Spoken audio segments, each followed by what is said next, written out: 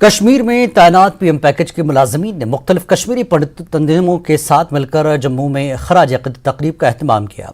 तकरीब में वादी कश्मीर के मुख्तलिफ हिस्सों में दहशतगर्दों के हाथों मारे गए पीएम पैकेज के मुलाजमीन को खराज अक़ीदत पेश किया गया।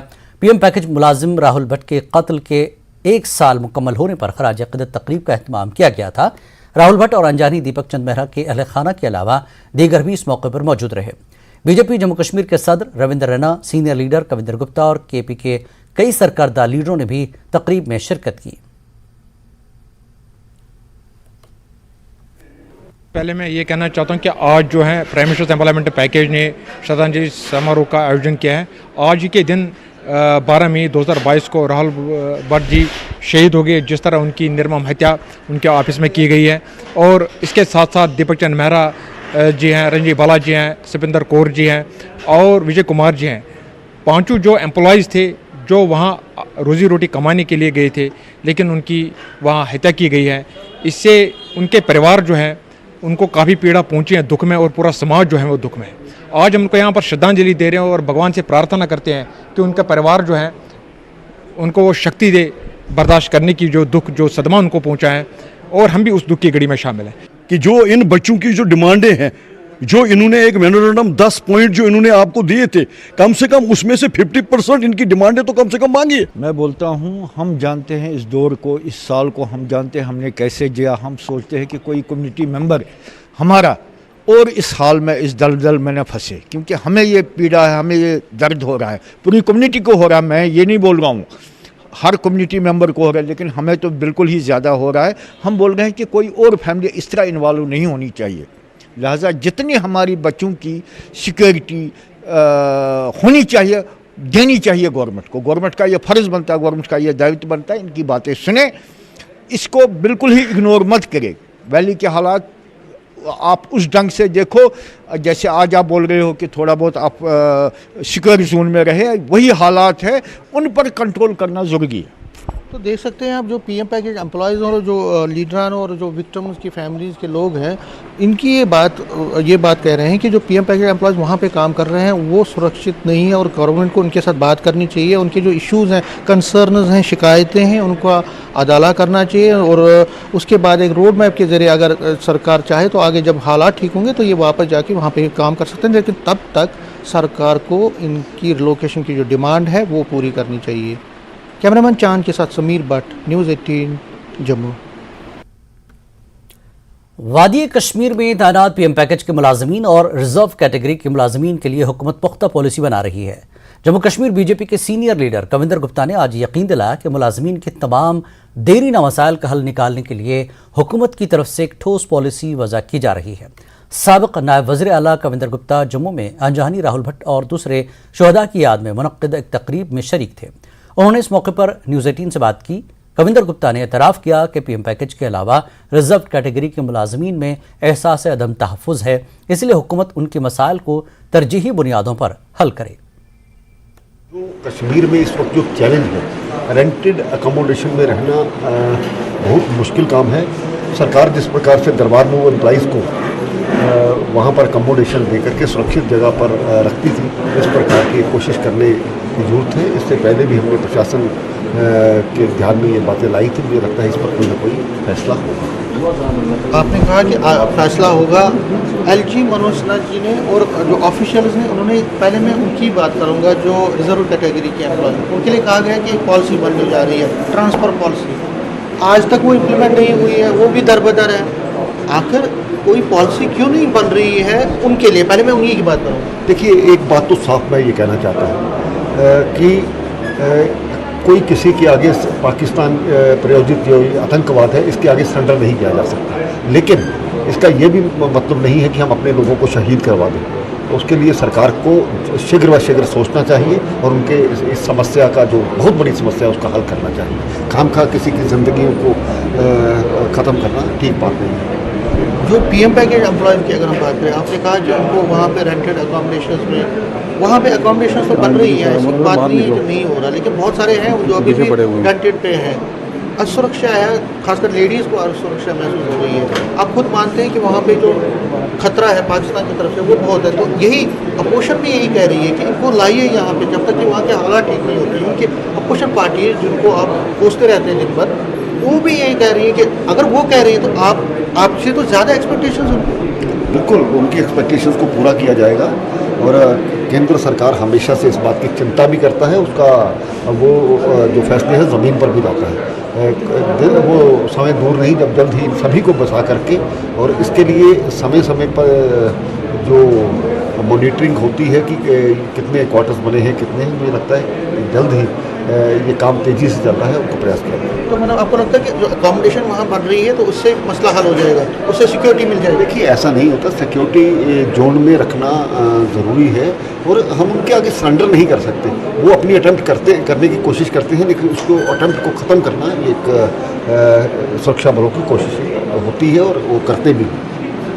आप ये कह रहे हैं कि वहाँ पे खतरा आप खुद मानते हैं क्योंकि आप एक सीनियर बीजेपी लीडर हैं। आपको लगता है कि एक पॉलिसी तो बनानी पड़ेगी सरकार को इनके लिए, अगर आखिर का रोड मैप क्या है, या अगर वहाँ पे काम इनको करना है तो किस तरह से एनवायरनमेंट, कौन सा एनवायरनमेंट देंगे? अगर आपको लगता है कि कोई टेम्परेरी इनको प्रोविजन है कि इनको कोई तो पॉलिसी मिलनी चाहिए। देखिए ये कोई ट्रांसफ़र करना या दूसरी चीज़ें ये हल नहीं है, वहाँ का माहौल साजगार बनाना ये सबसे ज़्यादा ज़रूरी है और उसको बनाया जा रहा है। इनिशिएटिव से बात करने के लिए शुक्रिया। तो कविंदर गुप्ता ये कह रहे हैं कि हालात वहाँ पे ठीक करने की कोशिश की जा रही है। जो पीएम पैकेज एम्प्लॉयज़ हैं उनको किस तरह से वहाँ पे सुरक्षा महसूस करवाई जाए या सुरक्षा दी जाए, वो सरकार उस पर जोर कर रही है और शीघ्र ही इसके लिए एक रोड मैप भी बन के आगे आएगा। कैमरामैन चांद के साथ में Sameer, news 18 Jammu. BJP general secretary Ashok Kaul ने आज जमकर पाकिस्तान को निशाना बनाया। उन्होंने G20 सरबराही इजलास से काबिल दहशत का माहौल पैदा करने की कोशिश करने पर पाकिस्तान पर तनकीद की। कौल ने हालिया पुंछ और राजौरी हमलों का पाकिस्तान को जिम्मेदार ठहराते हुए कहा कि पाकिस्तान अपने अंदरूनी बहरान से कोई सबक नहीं सीखा है। श्रीनगर में मुनक्कदा इस तकरीब के दौरान कांग्रेस और दीगर पार्टियों के कई कारकुन और लीडर आज बीजेपी में शामिल हुए। 47 वो पार वाला हमारा पड़ोसी देश जो है वो हमेशा 47 से ही ये सब चीज़ें करता रहा है और पिछले 30-35 सालों से जो उन्होंने सीडो वार शुरू किया है वो भी हमने देखा है पिछले 35 सालों से कैसे वो चल रहा है। और आज की परिस्थिति हमने देखा कि वो अपने बोझ के तले ही दब गया है। जैसे वहाँ के हालात है, चाहे वो इन्फ्लेशन की हालात हो, चाहे वो वहाँ पॉलिटिकल हालात जो भी बनी हुई है, उसके कारण वो अपने आप दबा हुआ है। और ये सारी हरकतें वो करता है। कश्मीर में उसको ऐसा लगा कि अब मेरी शायद यहाँ नहीं चल रही है, इसलिए उन्होंने रजौरी पुंछ का इलाका ले लिया है। पहले अल्फा गेट वहाँ रजौरी में, वहाँ 2 लोग मारे गए, फिर डांगरी का इंसिडेंट हुआ, फिर अभी पुंछ के रास्ते पर इंसिडेंट हुआ और अभी रजौरी में जो कोटरंका है, कोटरंका की बुदल की तरफ एक बहुत बड़ा हादसा हुआ जिसमें 5 लोग शहीद हुए हैं। ऐसा ये करता रहा है, लेकिन भारतीय जनता पार्टी और भारतीय जनता पार्टी की सरकार, हमारे होम मिनिस्टर साहब इसको सख्ती से उछलेंगे। और जब बिलावल भुट्टो साहब यहाँ गोवा में आया था, उसी दिन कोटरंका वाला बुदल वाला कांड हुआ है। तो ये दर्शाता है कि ये अभी भी पीछे नहीं हट रहा है, लेकिन ये अब उसके लास्ट टांगों पर वो खड़ा है और भारतीय जनता पार्टी और हमारी सरकार इसको कुचलेगी। और ये G20 जो यहाँ जो श्रीनगर में होने वाला है, ये बहुत अच्छी तरह से होगा। कल Y20 हुआ है, उसमें भी तकरीबन 30 डेलीगेट्स थे जो फॉरेन कंट्रीज से आए थे, जो G20 देशों से आए थे, 30 डेलीगेट्स वहां थे। और ये G20 भी आगे जो अगले हफ्ते में है वो बहुत अच्छी तरह से यहाँ निकलेगा। जम्मू कश्मीर और विशेषकर कश्मीर में और टूरिज्म खिलेगा, क्योंकि टूरिज्म के ऊपर ही ये यहाँ की ये टॉक होने वाली है। टूरिज्म कश्मीर का और खुलेगा और प्रगति करेगा और तरक्की करेगा, ऐसा मेरा पूरा मानना है। मुझे लगता है कि उनकी जो पुरानी हरकतें हैं वो हरकतें उनको याद आती है। वो जो पहले करते थे वही उनको लगता है कि दूसरा भी करता है, ऐसा नहीं है। उसने यहाँ जो मिलिटेंट्स खड़े किए हैं और उनको वो पैसे बांटता था, उनको वो जो हथियार बंटवाता था, ये कोई भी इंटेलिजेंस एजेंसी ऐसा नहीं करती है। ये फारूक अब्दुल्ला साहब को पुराने जो उसके कारनामे हैं वो उसको याद आ रहे हैं, उसको लगता है कि दूसरा भी वही करता है। लेकिन मैं उसको ये बताना चाहता हूं, वो बुजुर्ग नेता है, हमारे MP है हमारे कश्मीर के, मैं उनको ये बताना चाहता हूं कि कोई भी एजेंसी इस प्रकार का काम नहीं करती।